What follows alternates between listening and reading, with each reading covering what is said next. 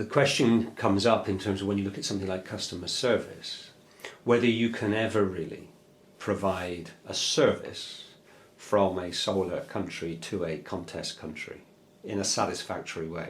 We touched on this last night. Yeah, I think you can, but as we said, it requires much more training. Yeah, and mind you, the challenge is the solar system cultures are less responsive to training than a high PDI and collectivistic culture. You tell people this is how you have to do it, they will do it.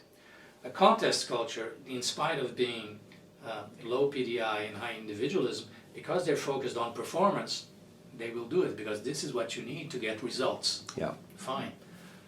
The solar system is one of the more complex clusters because you have the high PDI and the high individualism, and those are always at attention. So there's always a conflict there.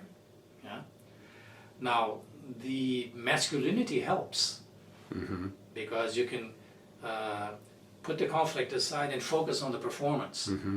If the score is feminine, then forget it. Then you really have more of a problem because performance is not an issue. So you can have endless discussions and no result. But when you have some masculinity, as is the case of Poland, okay, look guys, we need to sort this out. This is the process that you need to learn and do. And I don't care whether you like the Brits or you hate the Brits, you're providing a service. These are the standards. This is what you need to do. And there's more responsiveness to doing it. While if you do that, why is it that I haven't heard of many service centers coming out of France for the rest of the world? It's probably not a coincidence. Because they're not focused on performance and they have high PDI and high individualism. So when it's easy to get into a discussion with the client.